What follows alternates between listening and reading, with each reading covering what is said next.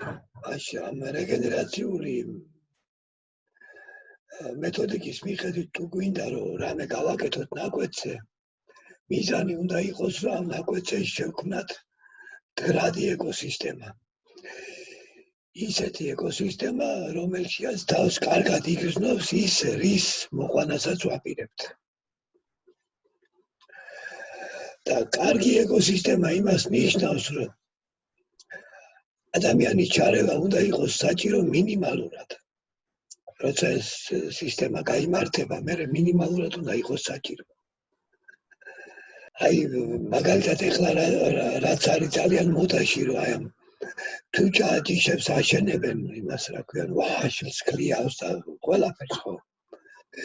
იმიტომ რომ გაცილებით დიდი მოსავალია ვთქვათ ერთეულ ფართობზე ჰექტარზე.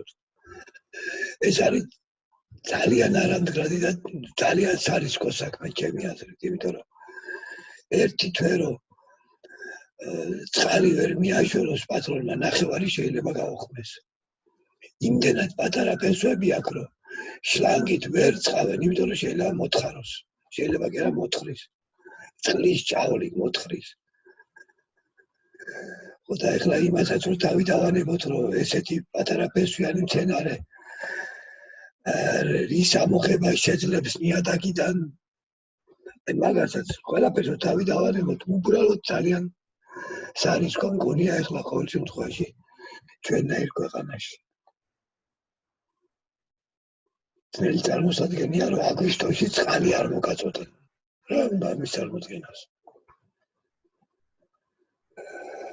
ხო და აი ამ ეკოსისტემის შექმნაში რა ორგანიზმები მონაწილეობენ, ეხლა ამას მე მაინც თავიდან ჩამოვთვლი.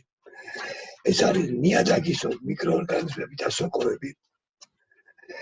ეს არიან აგრეთვე ნიადაგში მცხოვრები ჭიაყელები, მწერები, ეს შიგნით რაც ცხოვრობენ. შემდეგ არის ბალახის საფარი. შემდეგ ხეები და ბუჩქები. აი შემდეგ არის უკვე შინაური ცხოველები და ფრინველები. მელი არის კიდევ ველური ფრინველები, არიან კიდევ მწერები.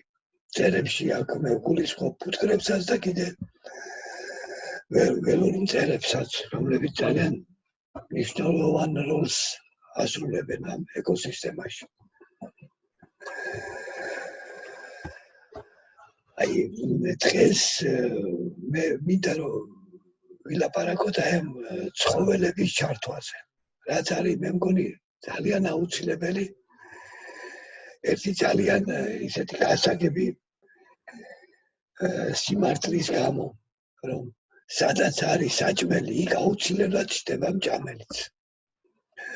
ეხლა გუშინ ჩვენ ვილაპარაკეთ თუ როგორი მნიშვნელოვანია ბალახის საფარი. მაგრამ რა გიღა გაჩნდება ბალახი, აუცილებლად გაჩნდება ბალახის მჭამელიც.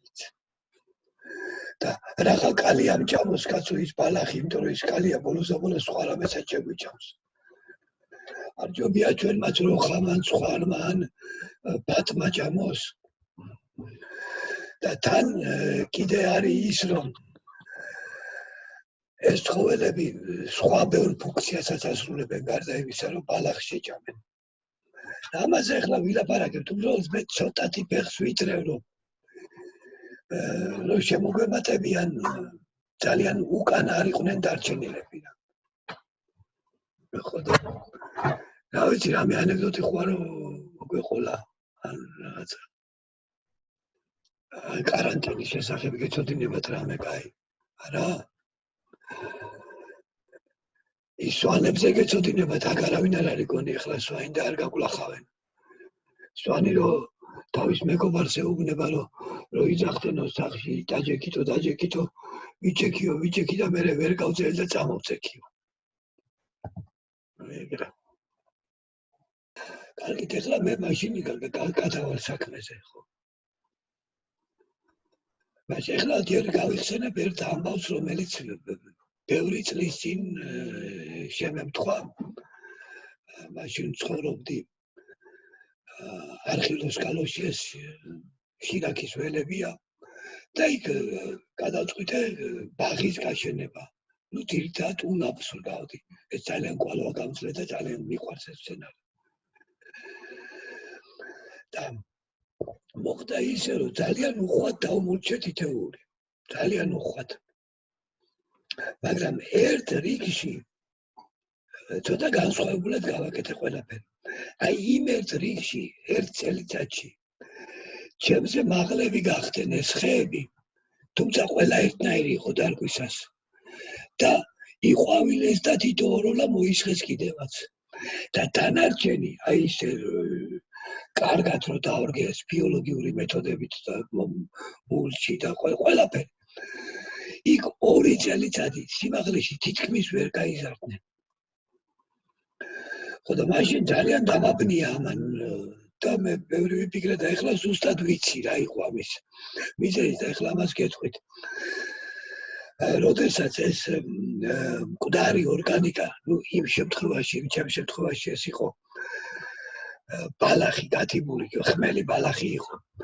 იწყებს გაღწნას, ანუ აი ჰუმუსის წარმოქმნის პროცესი იწყება.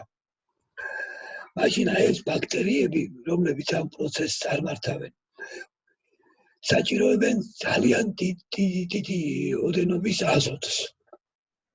და ამ აზოტს იღებენ გარემოდან, რაც აქვთ და ეს მცენარეები, ჩემი მცენარეები დარჩნენ აზოტის გარეშე, შიმშილობდნენ ფაქტიურად 2 წელიწად.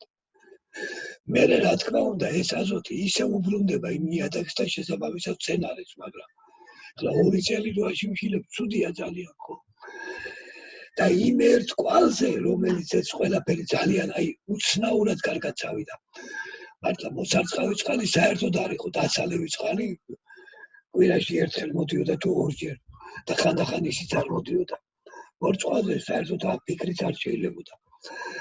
არა ფიქრი კი შეიძლებოდა, მაგრამ შედეგი ამ ფიქრს ვერ მოყვებოდა ხო და იქ რა ხდებოდა? იქ უბრალოდ ახალი ნაკელი მეზობელს ჰქონდა და ეს ახალი ნაკელი დავხარე. და აი ამან ისე გამოასწორა ეს ჰუმუსის წარმოქმნის პროცესი, რომ აი საოცარი სისწრაფით და ძალიან ჯანმრთელი კარგი მცენარეები გაიზარდნენ ხო. ამას ახლა რატო ყვები, იცით რომ აი ცხოველების ჩართულობაზე ვლაპარაკობთ დღეს ხო? რატო არის საჭირო რომ ცხოველები ჩაერთონ? წინასწარ იმას ვიტყვი, რომ თუ ამის საშუალება არ აქვს, იმიტომ რომ მაგალითად თბილისიდან უნდა მოუარო სადღაც აღაშურში. ნუ როგორ უნდა მოუარო ცხოველს? არსებობს გამოსავლები. მაგრამ მე მგონი უმჯობესი იქნება, რომ ეხლა მე მოვყვე ის რა არის კარგი და როცა ეს შეუძლებელია ამის მიღწევა, მერე ვიფიქროთ იმაზე, რომ როგორი გამოსავალი მოვნახოთ. გამოსავალი შეიძლება იყოს მეზობლის ძროხაც მაგალითად. რომელიც შეონებით ჩამოაბავს თქვენ ეზოში იმ ძროხას, იმიტომ რომ იმის ძროხა გაწყება ხო.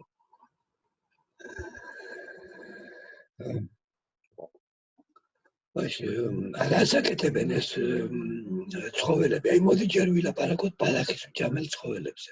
აი ვილაპარაკოთ მოდი ხეხილის ბაღზე, იმიტომ რომ გაცილებით ადვილია ეს. ადვილია იმიტომ რომ ძროხა ვერ გააფუჭებს ახლა ხეს. ის შეჭამს მხოლოდ ბალახს და დამთავრდება ამით. მაშინ პირველი რასაც აკეთებს, აი როგორც სულ დასაწყისში ვთქვი, როცა არის საჭმელი, აუცილებლად ჩნდება იმის მჭამელიც. და ეს მჭამელი შეიძლება ისეთი გაჩნდეს, რომელიც ძალიან არ მოგვეწონება. ნუ კალია ყველაზე კაი შემთხვევაში. გარდა ამისა, აი ეს ჩაწოლილი და თუ გათიბული ბალახის ჰუმუსად გარდაქმნის პროცესში მონაწილეობა უნდა მიიღოს ბევრმა ბაქტერიამ და სხვა მიკროორგანიზმამ. და ესენი არიან ძალიან უხვად აი ამ ძროხის ნაკელში, ოღონ ახალ ნაკელში. და თან აი ძალიან კარგია ხოლმე რომ ერთად კი არ ყრია ეს, როგორც ახლა ვთქვათ, გადავთვალ ნაკელი რომ შეგვაქვს და ესე მწკრივებში და რაღაც არა. გაბანტულად ეს ისე ხდება როგორც ჭირდება იმ მინდორს თუ იმ ნაკვეთს.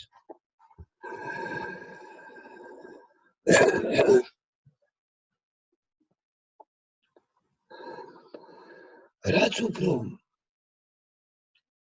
კარგი ბალახის საფარი გვექნება, მით უკეთესად წავა იქ აი ამ ნიადაგის მდგომარეობა, მით უფრო და უფრო უმჯობესი გახდება. აი თითქოს ურთიერთსაწინააღმდეგო რაღაცებზე ვლაპარაკობ, ერთი მხრივ რომ ბალახი გვინდა და მეორე მხრივ რომ ამ ბალახს რამე უნდა ჭამდეს. მაგრამ აი ზუსტად წონასწორობა არის აქ საჭირო. წონასწორობა უნდა დავიცვათ. აი ეს არის სინამდვილეში იქ ამ მეურვის საქმე, რომ აი ამ წონასწორობას გრძნობდეს და თუ რამე დაირღვევა იმის გამოსწორება, მაშინვე მოახერხოს სანამ საქმე გაგვიჩნდება. აი საქმე ის არის, რომ ძალიან ყურადღებით უნდა ვიყოთ, რომ არ მოხდეს გადაძოვება. ანუ არ მოხდეს ნიადაგის მოშიშვლება, არ მოხდეს ბალახის საფარის არათუ განადგურება, არამედ ძალიან დადაბლება. მას უნდა გვახსოვდეს, რომ ფოტოსინთეზის პროცესი არის ერთ-ერთი ყველაზე მნიშვნელოვანი პროცესი, რომელიც ჩვენ ნაკვეთზე მიმდინარეობს და როგორმე უნდა მოვახერხოთ, რომ ეს შეუპერხებლად და ძალიან ინტენსიურად მიმდინარეობდეს. ახლა ამისთვის არსებობს ესეთი მშვენიერი გამოსავალი. ეხლა ვეგაჩვენებთ. მწვანეთ გაფერადებული მართკუთხედი არის ის ჩვენი ნაკვეთი. ეს შავი ხაზები არის ღობეები. მართალია ეს ძალიან ნაკვეთი ჩვენია, მაგრამ იქ ღობეები მაინც საჭიროა და ცოტა ხნის მერე ავხსნი რატო. აი ეს შავი პატარა წერტილები მთლიან ნაკვეთზე, ეს არის ხეები და ბუჩქები. ნუ თქვათ ხეხილის ბაღში ვართ. აი ეს წითელი დიდი წერტილებით მაქვს ძროხები მონიშნული, ყვითელი დიდი წერტილებით მაქვს მონიშნული ღორები, აი ამ ნაცრისფერით ფრინველები, ამ ფრინველებში კატამიც არის, თიც არის, იხვიც, ბათიც, ინდაურიც. ყველა კი არა აუცილებლად, არამედ რომელიც ყავთ და რომელიც გინდათ რომ ყავდეთ. მე მგონი დავამთავრე აქ ამაზე ხო. მაშინ რატო არის ეს გადახურვა საჭირო? იმიტომ რომ ძალიან მნიშვნელოვანია რომ როდესაც ცხოველებს შეუშვებთ ნაკვეთზე, იმაზე მეტი ვიდრე იქნება მოძოვილი ეს ბალახი, იყოს ჩათელილი. და გაფუჭებული იმ გაგებით, რომ ცხოველს იმის ჭამა აღარ უნდოდეს. მაგალითად, იმიტომ რომ დაანაკლა ზევიდან, დააშარდა და ესე შემდეგ. როგორც იქ ცხოველები აღარ ჭამენ, აი თუ ბევრია შეშებულია, ისე აფუჭებენ ამას. შეჭამენ კიდევაც, მაგრამ ნიადაგი არ შიშვლდება და როგორც კი ეს აი პირველ ნაკვეთზე უკვე ვეღარ ძოვენ, გადაყვავს უკვე მეორეზე. მერე მესამეზე, მეოთხეზე, მეხუთეზე და ამასობაში უკვე პირველი მზად არის, რომ თავიდან მიიღოს ეს ცხოველები. მაშინ ხდება ისე, რომ აი ეს ზედმეტად ბევრი ცხოველის შეშვება რაღაცა ნაკვეთზე, თუ ისინი მერე სწრაფადვე იქნებიან გაყვანილები, ძალიან ააქტიურებს ბალახის ზრდას.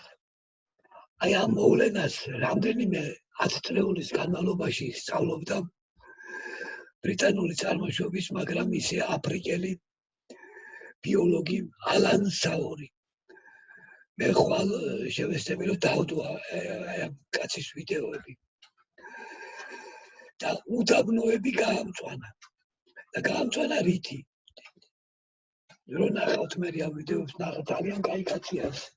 ძალიან წუხდა რომ ერთხელ მისი გადაწყვეტილებით ათასობით სპილო იქნა დახოცილი აფრიკაში, იმიტომ რომ გაუდაბნოებას ვერ აჩერებდნენ და რაც ნაკლები შეჭამდა ბალახს, ჩათვალეს რომ უკეთესი იქნებოდა პირველ რიგში ამ ალან საურიმ ჩათვალა ასე. მაგრამ პირიქით მოხდა. ამ სპილოების დახოცვის შემდეგ კიდევ უფრო აქტიურად მიმდინარეობდა ეს გაუდაბნოების პროცესი. და აი მაშინ ძალიან შეწუხებულმა მალან საორიმ ძალიან ბევრი იფიქრა და მიხვდა ერთ რამეს, რომ უნდა მიებაცა ბუნებისთვის. მან კარგად იცოდა, რომ როგორ ცხოვრობენ ბალახის მჭამელი ცხოველები აფრიკაში, სადაც ისინი თავისუფლად ცხოვრობენ ადამიანის გარეშე, შინაურზე არა მაქვს ლაპარაკი, გარეული ცხოველები. ანტილოპები იქ, რა ვიცი, ჟირაფები, ვინც არიან რა. და ცხოვრობენ ასე, ისინი ძალიან დიდ ჯოგებად გროვდებიან, რომ უფრო დაცულები იყვნენ მტაცებლებისგან.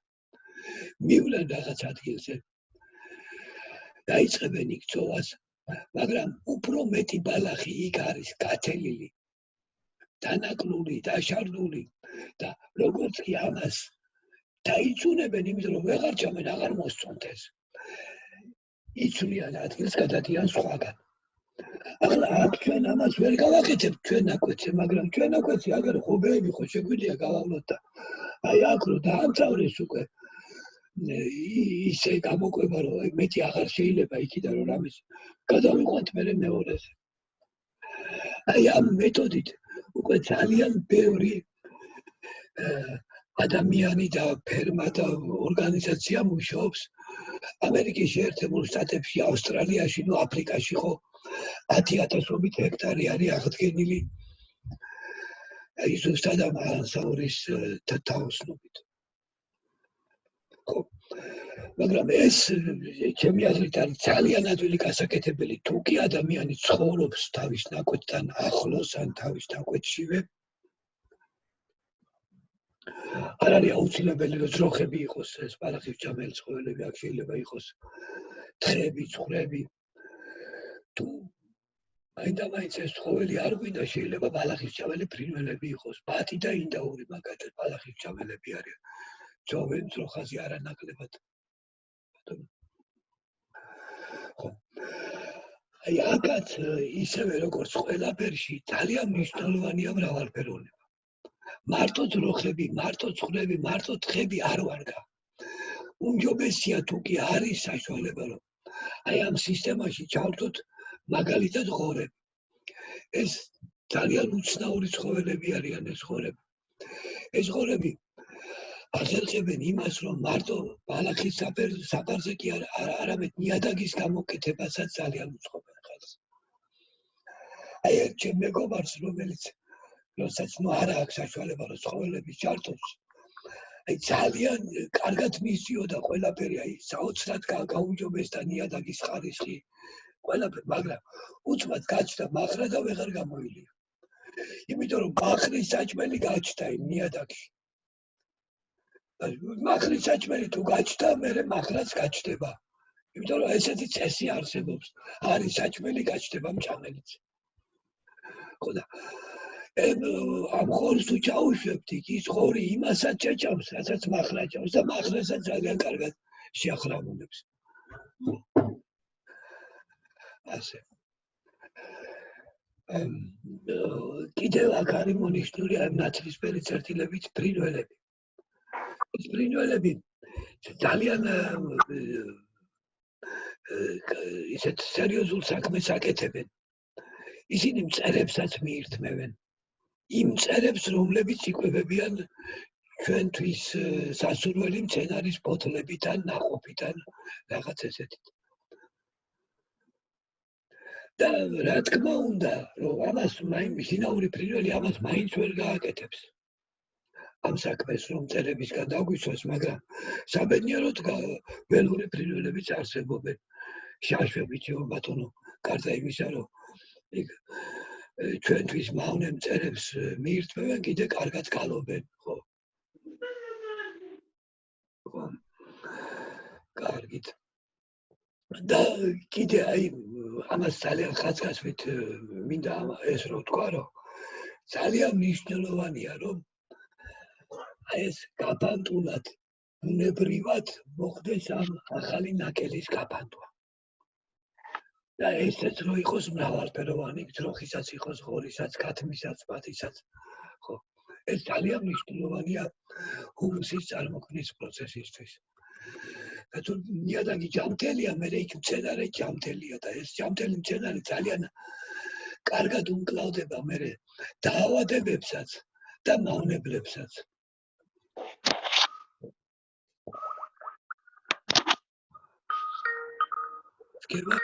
აირად ой, ეხლა ჩვენ უკვე დაგვრჩა 5 წუთი მე მგონი? მე 10 დაგვრჩა ჯერ, 10 წუთი დაგვრჩა. გია, გაგძელთ ეს წუთები, როგორც ხვდები, არ არის პრობლემა, შეგიძლია ისაუბრო. ხო, გაგძელდა? კი, დაემატა, მე მომივიდა მესიჯი. ვა, რა მაგარია. დიდი მადლობა, ეს ზუმა გაგვიკეთა ხო ისევე?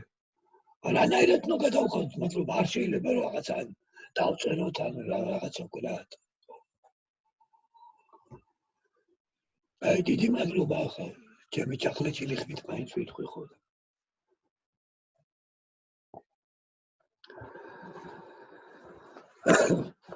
აი, როდესაც არ არის იმის საშუალება, რომ ვიყოლიოთ, აი, თუნდაც იხვი, ეს ყველაზე ადვილად შესანახი და ადვილად მოსავლელი ბრინველი, რომელიც არც არანაირ მცენარეს არ გაგვიფუჭებს, არც დაავადებები უჩნდება მაინდა-მაინც.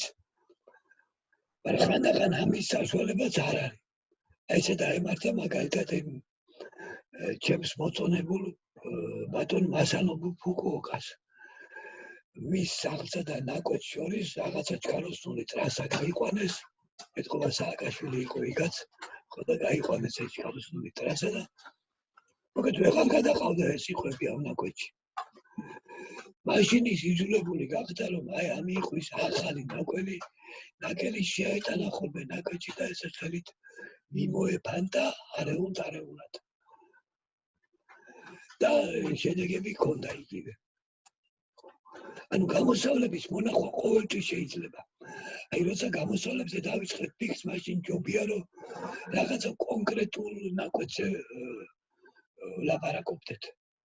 აი რომელიღაცა ჩვენ სმენელს აქვს რაღაცა და აი იქ რა ვქნათ და აი ესე შეგვიძლია, ესე ჯობია მე მგონი.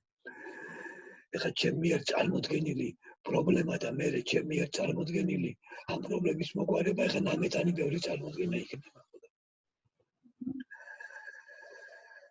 ხო.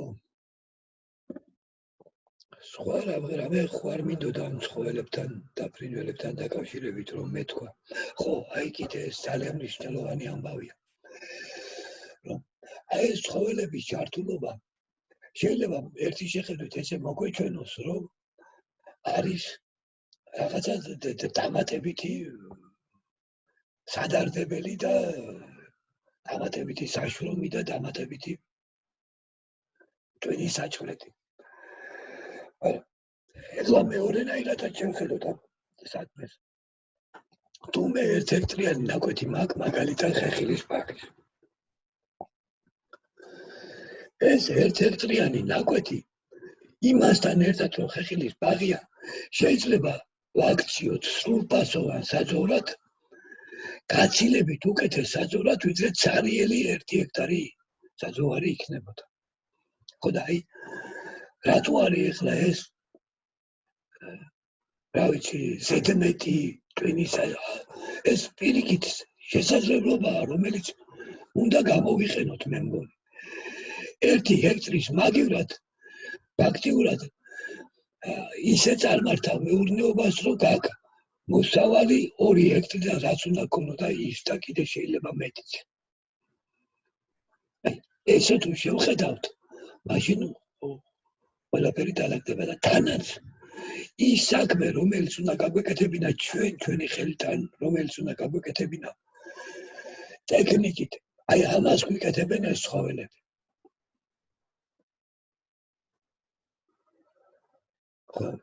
ერთი რაღაც მინდა კითხო თუ შეიძლება აი შენ ისაუბრე ნიადაგის გაუმჯობესებაზე ასე ვთქვათ ცხოველების მიერ მაგრამ აი მავნებლებთანაც თქვი რაღაც, მაგრამ იქნებ უფრო მეტი თქვა დავუშვათ აი შხამების და რაღაც მოწამვლის მაგივრად ცხოველებიც ხო რაღაცას აკეთებენ, ხო? ეს იგივე იხვიდა. კი, ეხლა ბატონო დავამთავრებ იმას, რაც დავიწყე ჯერ, იმიტომ რომ მე დამავიწყდება და მაშინ მოქნილობა არის ძალიან მნიშვნელოვანი თვისება. შეიძლება ისეთი კლიმატური პირობები შეიქმნას, რომელიღაც წელიწადს ისეთ მეტი ნესტის გამო მაგალითად აი ამ ხეხილის მოსავალი გაფუჭდეს. მაგრამ ესე დროს გაცილებით აქტიურად იზრდება ბალახი და შეიძლება რომ თავარი შემოსავალი ხეხილმა კი არ მოიტანოს რის იმედიც გქონდა.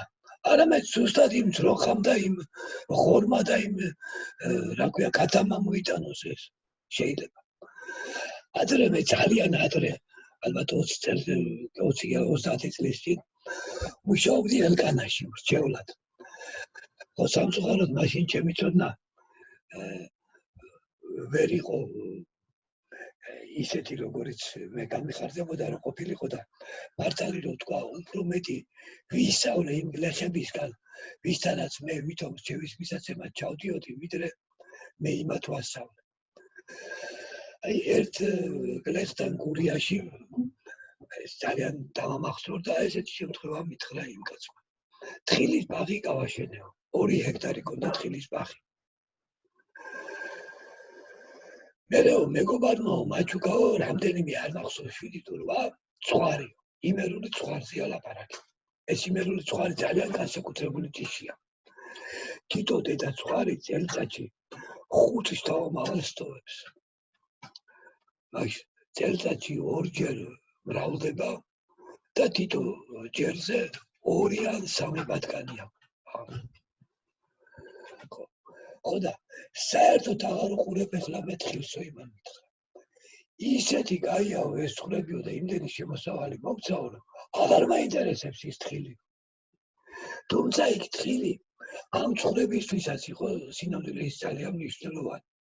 იმიტომ რომ ცხვარი ვერ იტანს მზეს და ის მოჩtildeვა არის ძალიან მნიშვნელოვანი. ოღონდ რა თქმა უნდა აქაც უნდა წონასწორობას დაცვა ძალიან თუ მოიჭრდილება მაშინ ბალახი ვეღარ გაიზრდება. ხო და აი ეს არის ზუსტად აი მეურნის ამოცანა რომ აი ეს წონასწორობები რამდენიმე წონასწორობა არის დასაცავი და აი ეს სულ აკონტროლოს და სულ ჩაერიოს როგორც კი რაღაცა ირღვევა და ძალიან სწრაფად უნდა გამოასწოროს. დაგვიანება ხშირ შემთხვევაში მე ძალიან დიდ შრომას მოითხოვს და დიდ დროს გამოსასწორებლად. ეხლა იმ კითხვას ეხლა ვატოვნო თქვა. მაშინ მავნებლებთან ბრძოლას რაც შეეხება რა თქმა უნდა რომ შინაური ფრინველები ამაში ძალიან აქტიურად დაგვეხმარებიან. განსაკუთრებით ციცარი დაცებელი არის და დაგვეხმარება, მაგრამ სინამდვილეში მავნებლებთან ბრძოლაში ჩვენ უფრო მეტად დაგვეხმარებიან ისევ მწერები და ისევ ველური ფრინველები. აი მწერებიდან ჭიამაია, ობობა და ჩოქელა. ჩოქელა არ ვიცი ახლა იცით თუ არა, რუსულად ქვია ამას ბოგომოლ. საშინელი მტაცებელი არის გუშინაც თქვი ამაზე აი ხვლიკი მინახავს როგორც ჭამს ამ ხვლიკს ხო მთლად კი არ ჭამს მაგრამ რაც ნაწილები უყვარს იმას ამოაჭამს და მე მიაგდებს ხო კალის ხელა გავს შესახედავად კალიას მე დიდად წანეები მინახავს მაგრამ რაღაც სხვა ფერებიც არსებობს თავარი არის რომ ჩვენ აი ამ ველურ წერებს და ფრინველებს არ წავართვათ საცხოვრებელი არეალი. ამიტომ არის ძალიან მნიშვნელოვანი რომ გქონდეს ჩვენ ნაკვეთზე ხელშეუხებელი ადგილები. ანუ ადგილები სადაც ჩვენ არ შევდივართ და არ ვარღვევთ იქ არაფერს. არც ნაჯახს მოვიქნევთ იქ აი არაფერს უბრალოდ იყოს ის აი როგორც ადრე რაღაც ადგილები იყო წმინდა და იქ არ შეიძლებოდა რომ რამე გემოქმედ აი ეს შეიძლება შევხედოთ. და იმ ადგილებში გამრავლდებიან ზუსტად აი ჩვენი ნაკვეთის დამცველი არსებები. მე ამით კი არ ვამცირებ თქვათ ამ შინაური ცხოველების როლს ამ საქმეში. არა, ისინი თავის საქმეს აკეთებენ, მაგრამ ძირითადი დარტყმა ამ შემთხვევაში მოდის აი გარეულ ფრინველებზე და არა მარტო ფრინველებზე, გომბეშვეები მაგალითად ძალიან ხორმუცელები არიან და თავს უშეთ რამეებს ჭამენ, რაც ჩვენ არ მოგეწონებოდა რომ გამრავლებულიყო. ხვლიკები ჩემო ბატონო. ამიტომ აი არ შეიძლება რომ ესენი ხოცოთ მარტო იმიტომ რომ უიცი და მეზისხება ახლა მე ბაღაკი და გომბეშო რა თმინდა ახლა ჩემ ნაკვეთში. ჩვენ არ გინდა ზურიკელას უნდა კაცო. იმ ეკოსისტემას ჭირდება ხო და ამაში ასაკ. კარგი, დაბა ეხლა სხვა შეკითხვები თუ აბა თანე გისმენანა. ავე ჩავხტე მიკროფონი. ლოკოკინებს რა ჭამს კი ძალიან მაწუხებენ. ლოკოკინებს ჭამს იხვები. იხვები. აი ფუკუოკას თუ არ ვსწრები აქ ეგეთი გამონათქვამი. თუ თქვენ გონიათ რომ თქვენ ნაკვეთში ბევრი ლოკოკინაო, სინამდვილეში იცოდეთ რომ უბრალოდ იქ ცოტა იხვია. და ისა ვირზე მითხარი, აბა ერთი-ორი სიტყვა ძალიან მინდა ვირი მყავდეს. ეხლა ვირზე ყველაფერს ვერ გეწყრი. არა, ყველაფერი არ მინდა. არ ძობს ბალახს? ვირი ძალიან შესანახი ცხოველია. და მაგიტომ მინდა.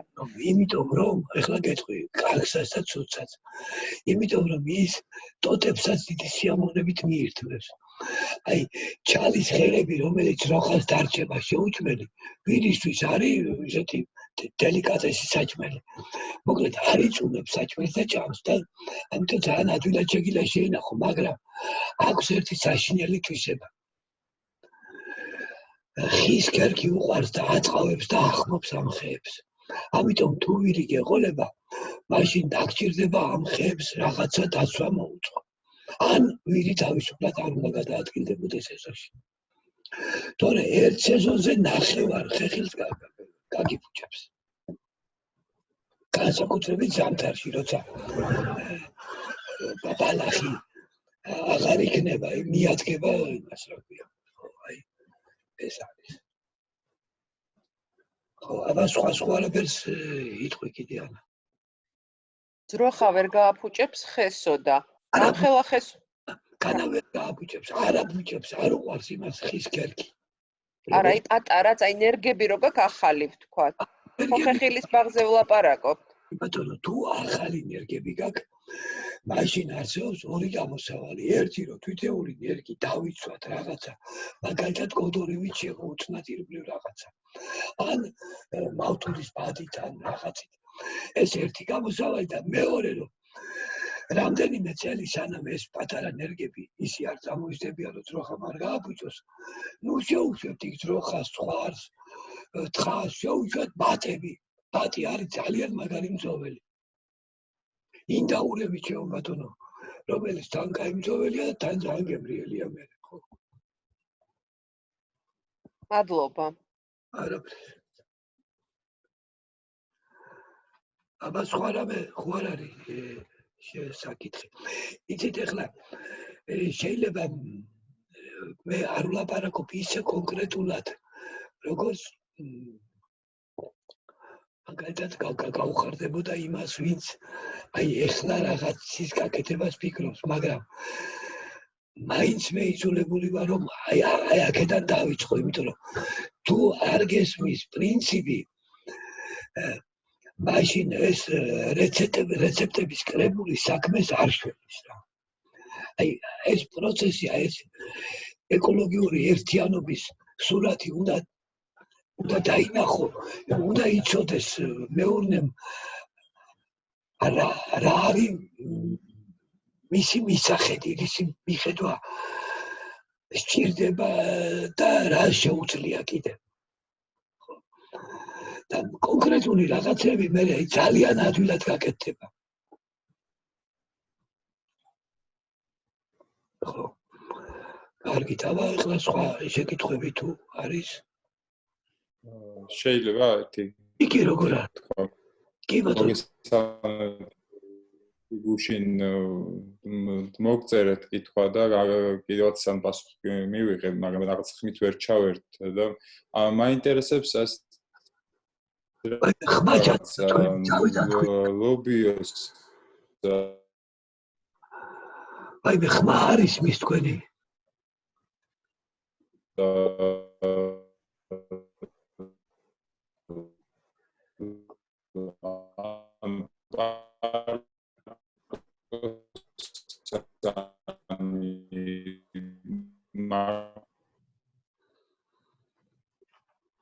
არის მის ხმა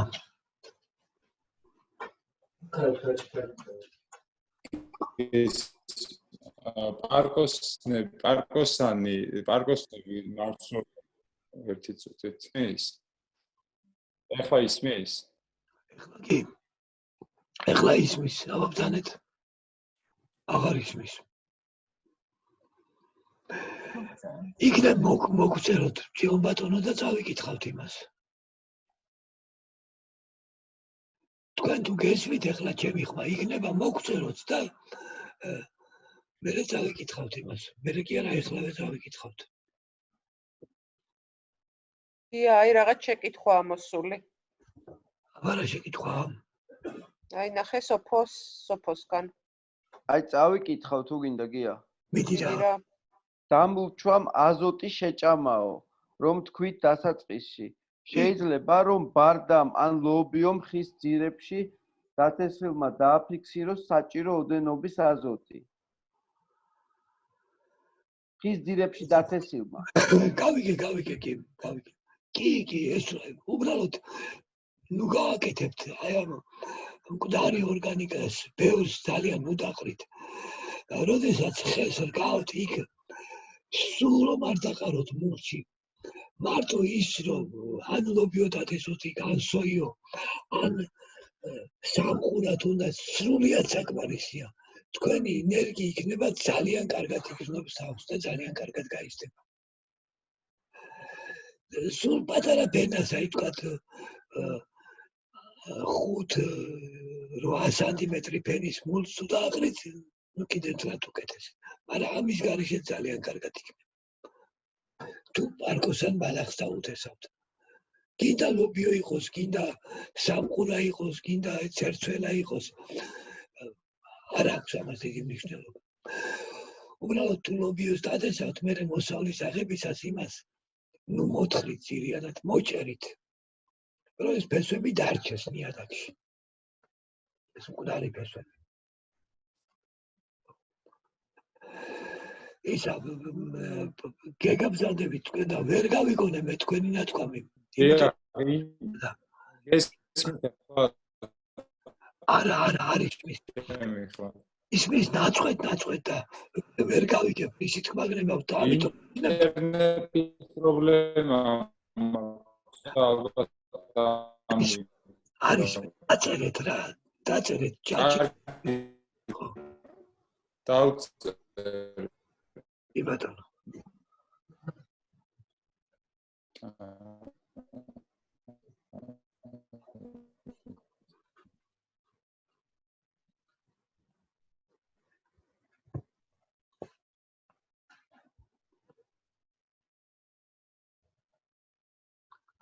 ლოკოკინა რას ჭამსო? ერთი წუთი. არა, ეგ იყო უკვე, ანა მიკითხა ლოკოკინას რა ჭამსო? არა, მე მგონი აქ სხვა კითხვა, ლოკოკინა რას ჭამსო? ლოკოკინა ჭამს? არა, ეგ მე შემეშალა, მე არა. კარგი კი ბატონო. სამყურო კარგი იდეა, ხეხილის გარშემო დაბარვა არ არის საჭირო, ხო, ხეხილის გარშემო დაბარვა ძალიან აზიანებს ამ ხეების მდგომარეობას. არ დაბაროთ. პრობლემას უქმნით ხეს, რომელსაც უმეტეს შემთხვევაში ეს ხე კი მოერევა, მაგრამ რატო უნდა შევქმნათ ამ პრობლემა, რომელიც არ ქონდა. უბრალოდ თუ ბალახი ძალიან მაღალი გაიზარდა, ის გადიმეთ და დატოვეთ იქვე. ხო. მაინტერესებს სიმინდის, ლობიოს, გოგრის შერეულ ნაკვეთში რომელი ცხოველი შეიძლება? გავიგე. შეიძლება თავიდანვე შეუშვათ იხვები და შემდეგ მოსავლის აღების შემდეგ როცა ესენი სანამ მოსავალს არ აიღებთ იქ ბალახის ჭაველი შეშობა ნამდვილად არ ივარგებს, იმიტომ რომ ყველაფერს შეგიჭამენ. მაგრამ როცა აიღებთ მოსავალს, მერე შეგიძლიათ შეუშვათ ერთი თვით ან მეტით ძროხაც და ღორიც და რავი რომელიც გაგეხარდებათ ან ყველა ერთად. ეს იყო თქვენი შეკითხვა? თუ კიდე რამე იყო? მას სანამ მოსავალს აიღებთ ამ სიმინდის, ლობიოს და გოგრის შერეულ ნაკვეთში სანამ მოსავალს აიღებთ, იხვები შეგიძლიათ თავისუფლად გაუშვათ. არაფერს არ გააფუჭებენ ისინი პირიქით ძალიან მიეხმარებიან მცენარეებს, რომ ყველაფერი კარგად იყოს.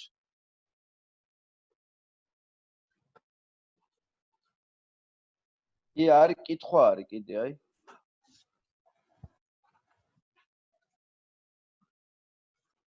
ой, ვერ ხვდა უკითხოს. გოგრა და ლობიო ახლა რომ დავთესო შეიძლება რა აგროვადების ამბავში. ეხლა არის ძალიან კარგი დრო. აი, საუკეთესო დრო არის თვარის გამოვლაპარაკობ ამას დიდი ხუთშაბათი. თუ მოახერხებთ, მაგრამ დიდ ხუთშაბათამდე სულ 2 დღეღა დარჩა და არ ვიცი, დიდ ხუთშაბათს დათესილი. გოგრა და სიმინდიც ძალიან კაია, მაგრამ ნუ არა უშავს გადააცდენ არაფერი. მაისის პირველ რიცხვებამდე შეგიძლიათ რომ თესოთ. თუმცა ეხლა რაც მალე დათესავთ უკეთესია.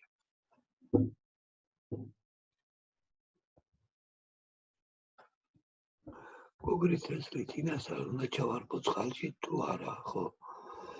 წყალში ჩავარბობა მე მგონი კარგია ხოლმე რა, ცოტათი გაღვივებული თესლი უითესება, უფრო მალე ამოდის და კი მე გირჩევთ რომ ჩაალბოთ. და მალე რომ ამოდის ეს კარგია, იმიტომ რომ ბევრ რამეს უყვარს ეს გოგრის თესლი საჭმელად. ხო და რაც მალე ამოვა, მით ნაკლები შანსია რომ იმ რაღაცამ დაგვიქნება თუ სხვა რამე იმან რომ ეს შეგიჭამოთ.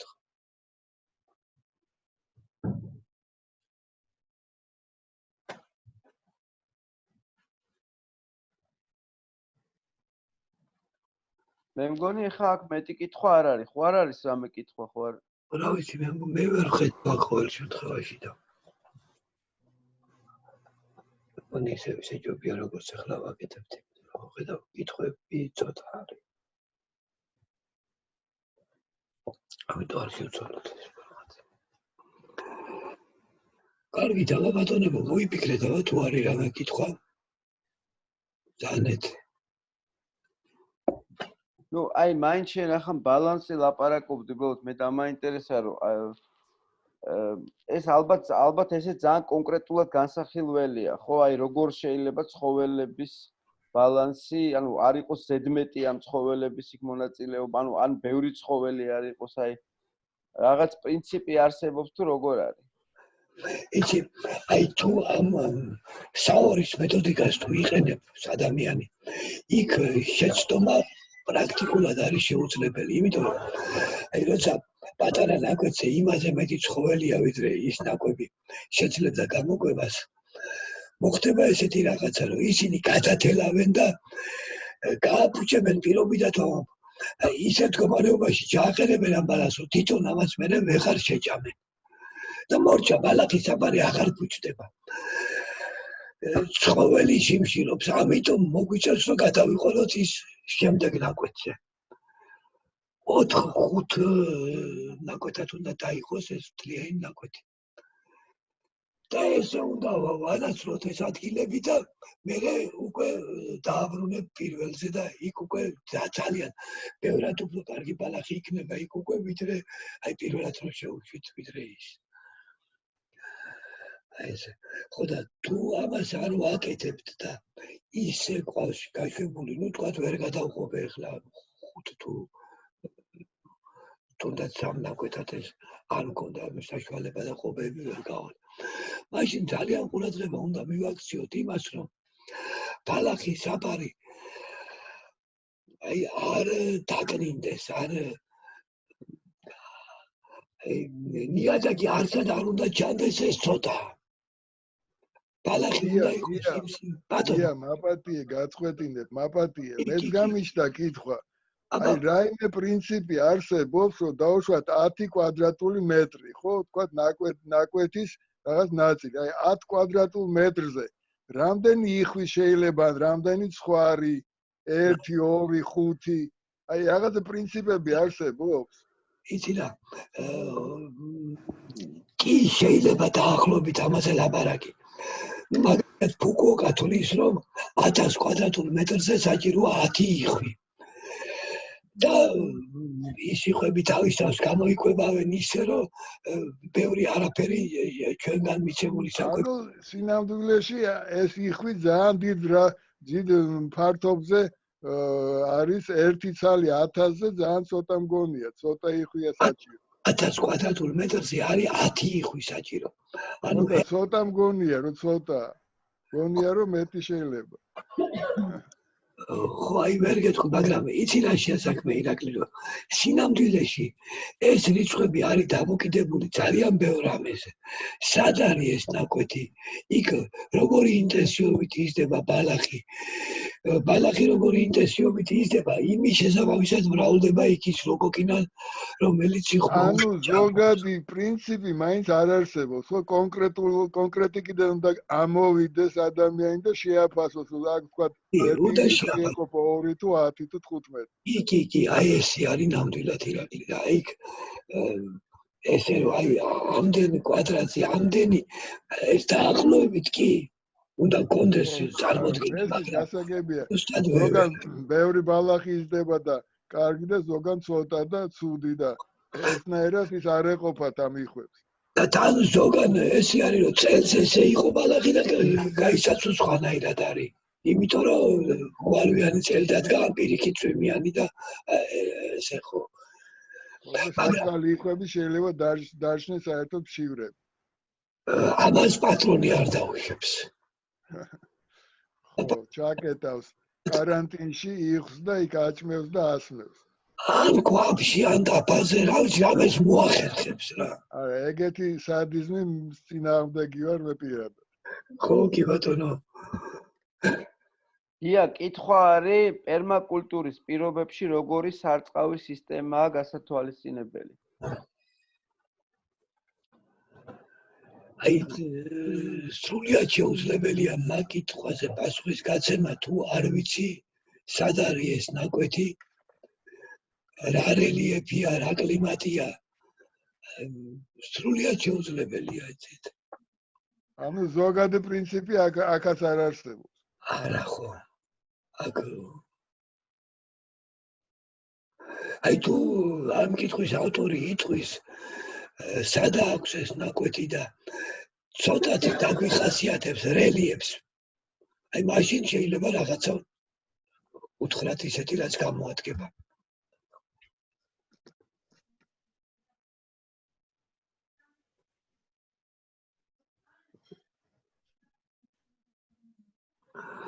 აი კითხვა არის, დიდი ხუჭაბათი გამიგია, მაგრამ ახლა მთვარე იკლებს და ძირითადად ბოლქვიანებს უთესავ, ასე მაქვს გაგებული. ეს მითია თუ ახლოსაა რეალობასთან. ცუდი არ იქნებოდა მთვარეზე გვესაუბრა ერთ-ერთ გადაცემაში, ხო?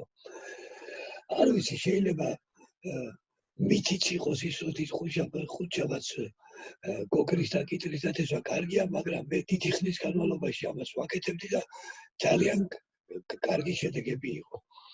ამიტომ ნამდვილად ვიცი, რომ ეს მუშაობს. რაც შეეხება იმას, რომ მთვარის შესახებ გვესაუბრაო, მე სამწუხაროდ ესე კარგად არ ვიცნობ ამ მთვარის ზეგავლენას, რომ ჩემი ლაპარაკის მოსმენა ამ თემაზე ღირდეს. რაღაცას კი ვიტყვი, მაგრამ ბევრს ვერაფერს. გარდა იმისა, რომ თქვა ახალ მთვარეზე არღილს ჭირდება მიახენო მცენარეს, იმიტომ რომ ძნელად ხორცდება. ახალ მთვარეზე არღილს გადარგვა. იმიტომ რომ ახალ მთვარეზე ეს მცენარის წვენები მოძრაობენ ქვევიდან ზევით, უბრალოდ გააქტიურებულია ქვევიდან ზევით მოძრაობა და ანუ მიწის ზედა ნაწილი აქტიურდება და მიწის ქვეშა ნაწილი ანუ ფესვები პირიქით პასიურდება და ეხლა ახალ გადარგულ მცენარეს რო გაუაქტიურდება ფოთლები და კვირტები და ფესვები არ არის გაძლიერებული ბევრ პრობლემას ქმნის და შეიძლება გახმოვანდეს მიიყვანოს ჩვენი მცენარე. აი ესეთ დონეზე ხო და მეც ვერ გეტყვით ხო.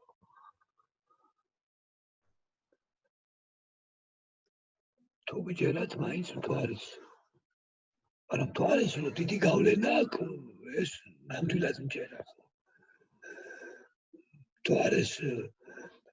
მთვარის მიზიდულობას ისეთი ძალა აქვს, რომ ოკეანეების მიქცევა მოქცევას იწვევს. ხო და რა თქმა უნდა, რომ იმას მცენარეებზეც აქვს გავლენა, ცხოველებზეც, ადამიანებზეც და აი ეს თუ კარგად გესმის, რა თქმა უნდა, ბევრი კოზირი გიჭირავს ხელში, ვერ მონახე სხვა უკეთესი სიტყვები რა. ხო. ხო ეს იმის შესახებ, რომ მთვარის მჯერა თუ არა მჯერა. გუშინ ისაუბრეთ კარტოფილის თესვაზე მულჩით. მაინტერესებს აღნიშნული მეთოდით თესვა ეხლა შეიძლება? კი, თესვა ეხლა შეიძლება. მაგრამ პრობლემა არის ის, რომ როგორც კი ატმოსფეროს ტემპერატურა 30 გრადუს გადააჭარბებს, კარტოფილს აღარ აქვს მისთვის ხელსაყრელი პირობები. შოქშია ეს მცენარე ამ დროს და ფოტოსინთეზის თითქმის გაჩერებულია და ერთადერთი რისთვისაც ის დგას, იმიტომ რომ მიიზიდოს მავნებლები. აი ეს თვითონაც უჭირს და ამიტომ მე ყოველთვის ვცდილობ რომ დავთესო ადრე. ადრე რას ნიშნავს? თქვა თბილისის და მისი შემოგარენის შემთხვევაში თებერვლის ბოლოს უკვე კარტოფილი მაქვს 50,000 და ივნისის დასაწყისიდან შუა რიცხვებამდე უკვე აღებული. ხო და მეორე დათესვა კი შეიძლება კიდე აგვისტოს ბოლოსკენ შეგიძლია დათესოთ და ნოემბრამდე ის ასწრებს რომ და შესანახად ჯობია აი ეს ზაფხულის ბოლოს დათესილი კარტოფილი ჯობია შესანახად. ეხლა ივნისში აღებული კარტოფილი ნამდვილად არ შეინახება ზამთარში.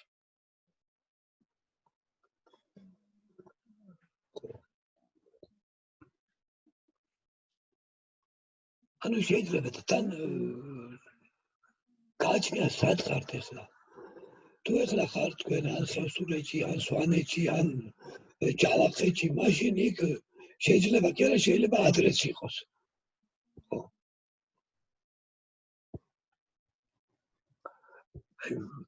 თავარი არის რომ როგორმე ისეთ დროს დავთესოთ რომ მოსავლის აღება მოესწროს დიდი სიცხეების დადგომამდე. კარტოფილს სჭირდება სიგრილე, ნესტი და სინათლე ოღონდ. დაჩრდილ ადგილში კარტოფილს არ გირჩევთ, იმიტომ რომ შეიძლება მიწის ზედა ნაწილები ძალიან კარგად გამოიყურებოდეს, მაგრამ მოსავალი ძალიან ცოტა გექნებათ. თითქოს ეხლა მეტი შეკითხვა არ ჩანს ჯერჯერობით. არა.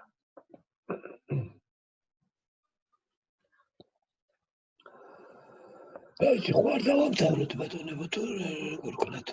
2 საათია მე მგონი გასული ხო ესაც. აი ერთი შეკითხვა არის კიდე. აბა ძალიან კარგი. ორი თუ არა ერთი. ბრძანეთ აბა. მოვიდა ხო? რას ურჩევთ იმ ადამიანს, ვინც აპირებს შეიძინოს მიწის ნაკვეთი თბილისიდან არც ისე მოშორებით, რომელ მხარეს გაუწოდით რეკომენდაციას მიწათ მოქმედების უკეთს არ სამართავად.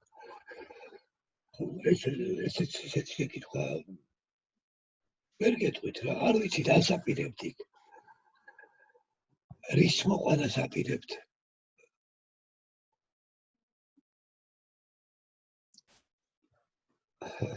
არ ვიცი, ვერ გიპასუხებთ ეს. არ ვიცი.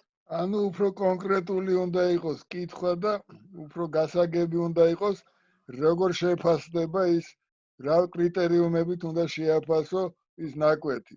კი, ეს არის ზუსტად კი.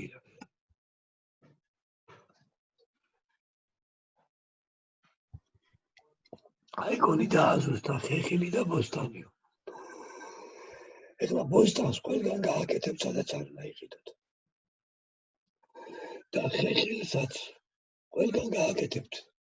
მაგრამ თუ უფრო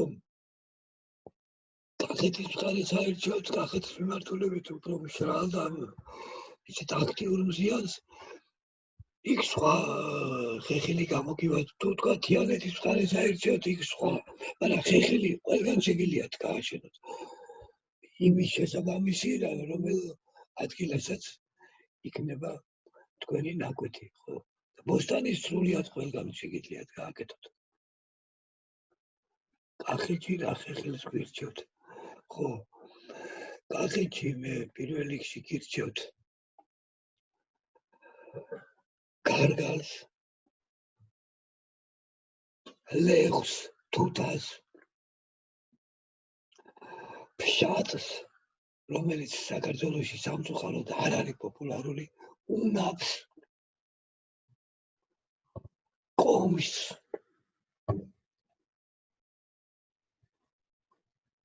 პრინციპში ხა საკმარისი ერთი ნაკვეთისთვის მე მგონი. ნიგოზი, კაკალი. კი, როგორ არა, კი ბატონო. ქლიავი ადასარევად მოდის. ჭანჭურები ბევრნაირი, ხო? სამართლი, ხო? ბევრია ძალიან, ხო? ბატონო ხურმა და კარალიოკის მშვენივრად მოდის.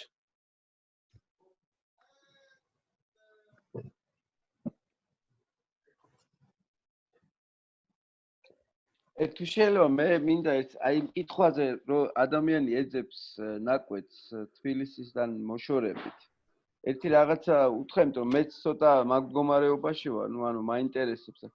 მე მგონი ერთი მნიშვნელოვანი რაც არის, რომ თავარია რომ კარგი კლიმატური პირობები იყოს, ანუ ან მიკროკლიმატი იყოს, არაგია ეგეთი ადგილის პოვნა, ხო? მე მგონი უფრო მნიშვნელოვანი არის ის, რომ არა თუ არჩევ ადგილს, ხო, იმის მიხედვით უნდა არჩევ, რა გინდა. ეხლა თუ ბროწეულის მოყვანა მინდა, მაშინ თიანეთი არ უნდა ავარჩიო ამისთვის, უნდა ავარჩიო ან კახეთის მხარე, ან ის ქართლის მხარე, გორამდე, უფრო ზევით უკვე სიცივე აღარ მოწონს ამ ბროწეულს, ხო? აი მიზანი უნდა იყოს ასე თუ ისე გასაგები. როცა ნაკვეთის არჩევა გვინდა. რა გვინდა იქ რო გავაკეთოთ? თუ ლეღვის მოყვანა მინდა, რა თქმა უნდა, ცხელი და ესეთი არამკაცრი ზამთრის პირობები უნდა იყოს, სადაც ნაკვეთს მიყიდით. მაგრამ ის სინამდვილეში ნებისმიერ ადგილზე შეიძლება ძალიან კარგი რაღაცის გაკეთება, თუ გავითვალისწინებთ იმ ადგილის მოთხოვნებს და ახლა ყაზბეგში არ უნდა მოგინდეს ახლა ლეღვის მოყვანა. არა შეიძლება მოგინდეს, მაგრამ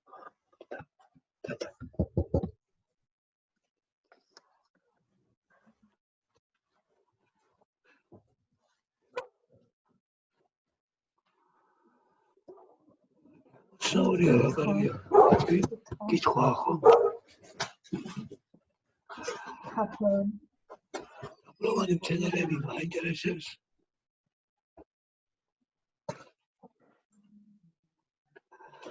აბლოვანი მცენარეები მაინტერესებს წაბლის, აკაციის, ცაცხვის გარდა რას გვირჩევთ, ხო, ეს ბევრი არის ესეთი. მაშ პირველ რიგში გირჩევთ ფშატს. მე რეგირჩევთ აუცილებლად გლედიჩიას და პრინციპში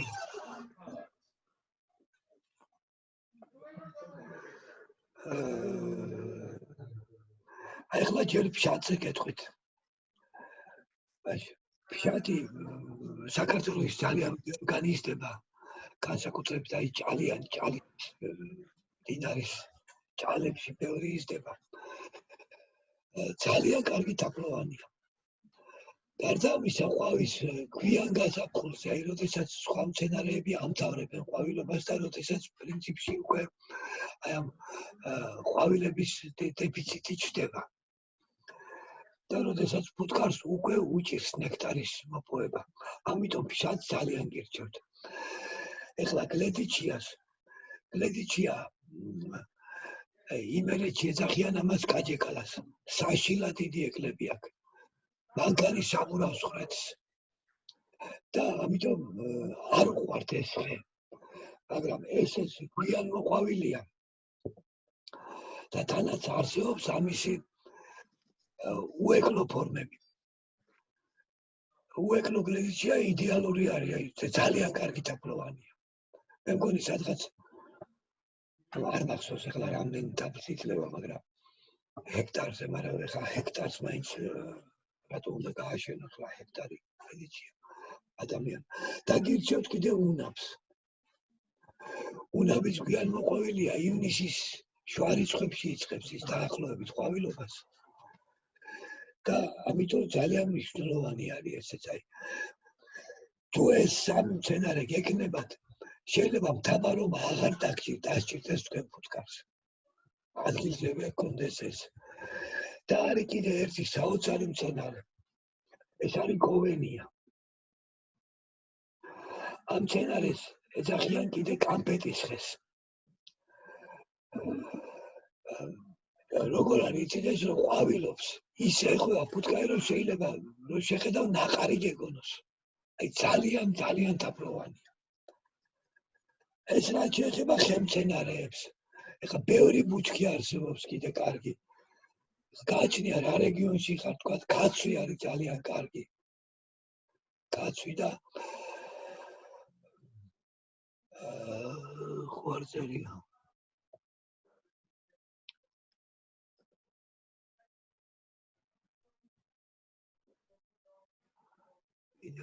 რომელ კულტურების მოხონას ვირჩევთ ჟოლოს კვალში, ხო? აი ჟოლო.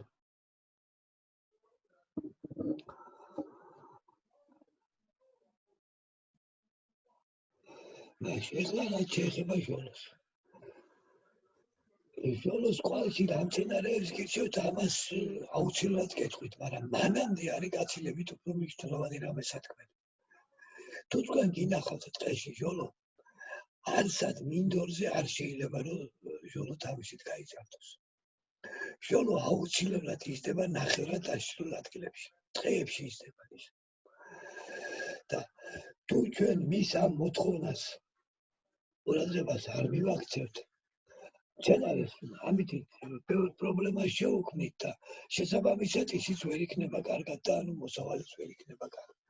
ამიტომ მე გირჩევთ რომ თუ ჟოლოს აშენებთ იქ დაახლოებით 10-12 მეტრის მოშორებით დარგოთ გლედიჩია, ეს უნაბი, ფშატი,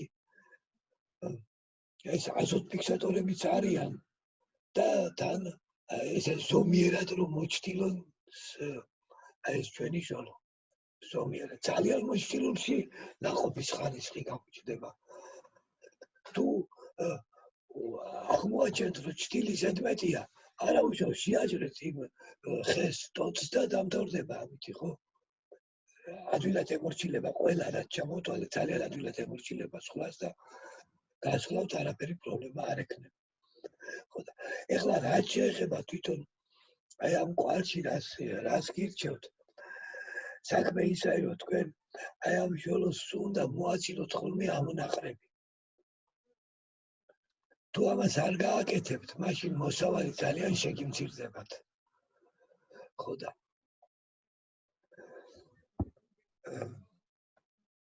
დაბალი ლობიო შეიძლება გაუშვათ. სათასური შეგიძლიათ გაუშვათ. სათასური ძალიან კარგია, იმიტომ რომ ერთხელ დარგავთ და მერე ის 10 წრეულები იქნება. შეიძლება ესეთი უფრო სურნელოვანი მცენარეებზე იფიქროთ, თქვათ.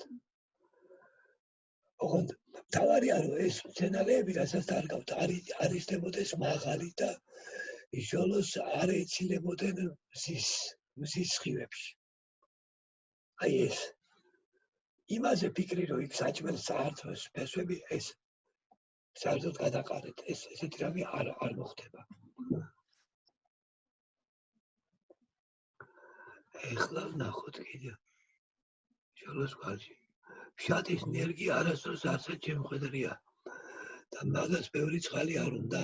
ხო, ჯერ მეორე ნაწილს გავცემ პასუხს, ბევრი წყალი უნდა თუ არა.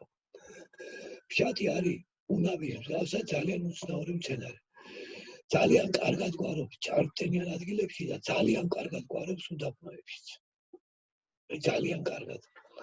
ამიტომ ფშატს აი ნამდვილად ძალიან გირჩევთ. ეხლა რაც შეეხება თესლს. უნდა იყიდოთ კარგი ნაყოფი ფშატის, აი ეხლა არის ამისი დრო. ნაყოფი მიირთვით შეგარგოთ ღმერთმა და იმისი თესლი დათესეთ კურკები. როგორც ლობიოს თესავთ, ესე დათესეთ. 100-დან 70 მაინც ამოვა. შემოდგომაც გადასარგავი ნერგი გექნებათ. ოღონდ სადიშოთ, ამასაც გეტყვით, აი აქ მე ვცხოვრობ დესერტირების ბაზართან ახლოს და აი ამ იმაში რა ქვია, კარანტინშიც კი ის რაღაცა ჯიხურივით არის, მუშაობს. ეხლაც აი რო გქონდეთ ისე ორიენტირი, აქ ინდური და აფრიკული სუნელების მაღაზიაა და იმის გვერდით არის ხოლმე ჩირები იყიდება და ლობიო და რაღაცებიც იყიდება იქ პატარა ჯიხურივით არის და იქ ფშატი ყოველთვის აქვთ. იყიდეთ ჯო ბატონო 1.5 კილო ფშატი. ხო და ის 1.5 კილო ფშატი 1 ჰექტარს ეყოფა იმდენი ნერგი გამოგივათ იქიდან. ყოველ შემთხვევაში აი ცოცხალღობეში მაინც გირჩევთ რომ ეს გააკეთოთ თუ თავიდან შეიძლება ვერ გაბედოთ რომ ეს რა ქვია კარგი ადგილი დაუთმოთ. მერე ნახავთ რომ ეს ხირს რომ ძალიან საპატიო ადგილას დარგოთ. ძალიან ლამაზი ხია ჯერ ვერცხლისფერი ფოთლებით, ძალიან სურნელოვანი ყვავილებით და ძალიან გემრიელი ნაყოფით კიდე. ის აზიური ფშატებია ესეთი მსხვილი ის ჩვენი ველური რაც არის იმას ვერ შეჭამ წყავი და კურკაა მარტო. ის კარგია ბავშვები მძივებს აკეთებენ ხოლმე ამისთვის. კარგით, ეხლა ეს ფშატის ნერგებზე. ხო, მე მგონი აღარ არის მე მგონი შეკითხვები.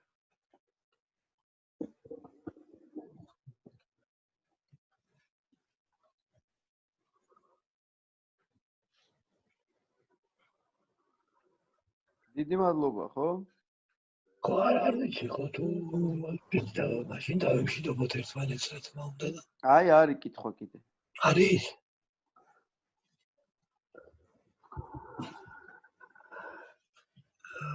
ზემოიმერეთში ფშატი და უნაბი შეეგუება ადგილობრივ კლიმატს თუ არა? კი, აუცილებლად შეეგუება. აუცილებლად. თავისუფლად შეეგუება, იმიტომ რომ ფშატი ხაშურშიაც კი იზრდება ველურად, სადაც ძალიან ცივა, ძალიან კაცრი ზამთარი იცის იქ და ზემოიმერეთში უპრობლემოდ. უნაბიც ასევე. ესენ ძალიან განცენარეებია, სიცხესაც უძლებენ, ყინვასაც უძლებენ, წყალსაც და უწყლობასაც. ცოცხალღობეზე იქნებ გვესაუბროთ, სად, როდის, როგორ. ხო, ძალიან კარგი, მაგრამ ამაზე შეიძლება ჯობდეს, რომ ცოტა სამუცლიერად ვისაუბროთ, აი მაგალითად ხვალინდელი ჩვენი საღამოს შეკრება შეიძლება მთლიანად აი ამ ცოცხალღობეს მიუძღვნათ. ძალიან კარგი იქნება. ეს ძალიან მნიშვნელოვანი თემაა ეს და არ არის ხოლმე დანახული აი ამის მნიშვნელობა სამწუხაროდ.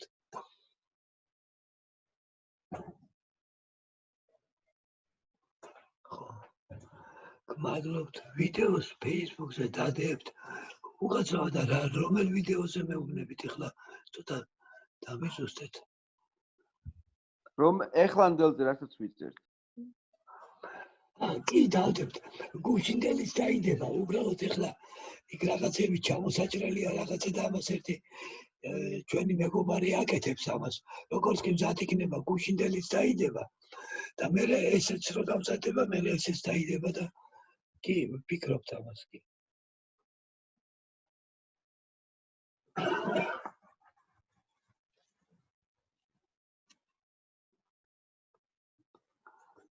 ხო დიდი მადლობა ხო აი არაფერსაც დიდი მადლობა ყველას მაშინ ხვალამდე გია მე მგონი არა ხო მეც მგონი რომ შეგიტყვი კარგად ბრძანდებოდით ყველა ნახავთ მადლობა ნახვამდის ნახვამდის და მადლობა აი ხარეთ და ზუმს ისევ ძალიან დიდი მადლობა რომ აი ესე მოგვცა საშუალება რომ